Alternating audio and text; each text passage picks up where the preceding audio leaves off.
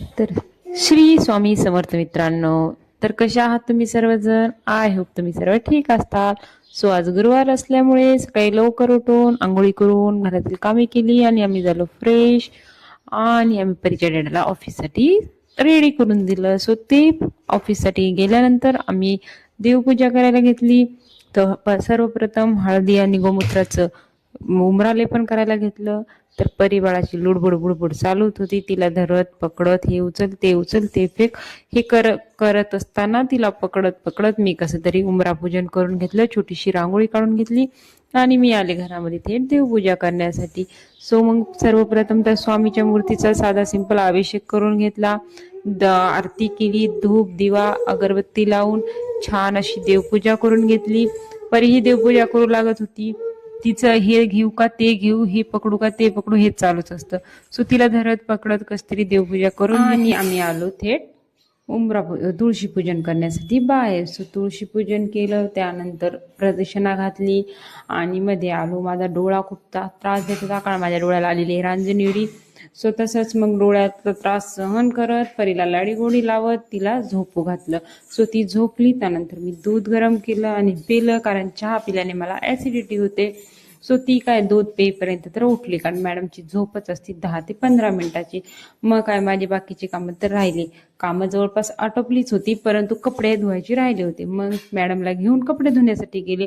तर मॅडम मला धुतलेले कपडे रिटर्न देत होती. मी कपडे धुवून बकेटीत टाकत होते आणि मॅडम काढून देत होत्या. तसे तर मी कपडे धुतानाचा व्हिडिओ शूट करत नाही, पण आज त्यामुळे केला, कारण काही जणांचं असं म्हणणं आहे की मी खूप रिलॅक्स लाईफ जगते, मला काही फॅमिलीमध्ये राहत नाही, काही नाही. तर माझा नवरा ऑफिसला गेल्यानंतर मी दिवसभर झोपा काढत असते आणि माझं बाळ तर मला परेशान करतच नाही. सो ते दाखवण्यासाठीच मी हा व्हिडिओ शूट केला की बघा माझी कशी फजिती होती. आणि ही एक दिवसाची नाही, ही रोजची आहे. तसं तर माझ्या नवऱ्याला ह्या सगळ्या गोष्टी माहिती आहे आणि बाकीच्यांना सांगणं काही मला योग्य वाटत नाही, बट तरीही समजून घ्या, त्यामुळं मी हा व्हिडिओ बनवला. तर काय मॅडम किती परेशान करतात बघा. मला एक कपडा मी धुवून ठेवते, ती दुसरा कपडा काढून देते आणि त्यामध्ये ती भिजती ते तर वेगळंच. त्यामध्ये मला लाडी गोडीही लावत होती, बुडबुड बुडबुड काहीतरी बडबडही करत होती आणि लाडही करायला लावत होती. आणि असं परेशान करत करत मी पूर्ण कपडे धुतले आणि कपडे धुण्यामध्ये मॅडम पण पूर्णपणे भिजून गेल्या. एवढ्या फास्टमध्ये कपडे धुतले. हे फक्त एक हाऊसवाईफच जी एकदम लाडामध्ये वाढलेली मुलगी आहे ना, तीच माझी ही फजिती समजू शकते, कारण एका बाळाला सांभाळणं म्हणजे 10 माणसाचे काम करण्याबरोबरचं असतं. सो पण काय करणार, आपलं बाळ आहे तर आपल्याला तर करावंच लागणार.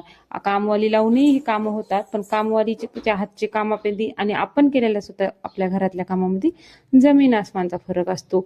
सो हे माझे थॉट्स आहेत, मी हे कोणाला सांगत नाही. सो बाकी तुम्ही बघतच आहात किती किती मला परेशान करत आहे. तर म्हणजे मला एवढंच सांगायचंय की सिंगल राहो की फॅमिलीमध्ये राहो, कामं ही प्रत्येकालाच असतात. कारण घरामध्ये एक माणूस आहे का आणि 10 माणसं आहेत का? जर लेकरू असेल तर घरात कामं असणारच. सो मॅडमला धुतलं, आंघोळ घातली, मॅडमचे कपडे चेंज केले आणि मॅडमची हेअरस्टाईल केली. मॅडम इकडं तिकडं पळतच होत्या. तिला धरून पकडून करावं लागतं. 3 वाजत आले पण अजूनही काही खाल्लेलं पण नाही. आज तर उपवास आहे, पण ही रोजचीच माझी काय म्हणतात रुटीन आहे जेवण न करण्याची. सो मॅडमनी काजळाची डबी पण हरवली होती. मग काय मॅडमला फक्त पावडर लावलं. काजळाची डबी कुठे आहे म्हटली तर तिलाही ते माहिती नव्हतं. मग काय आमचे डॅडा जे रोज आम्हाला गंध लावतात चंद्रकोर, तीच चंद्रकोर आम्ही आज लावली. आणि मग मी काही खाण्यासाठी घेतले तर तीही मागत होती. असो, तर आता तुम्ही पण करा आराम आणि आम्ही पण करतो टाइमपास. चला भेटूया उद्याच्या ब्लॉगमध्ये. आजचा ब्लॉग कसा वाटला नक्की सांगा. आवडला तर लाईक करा.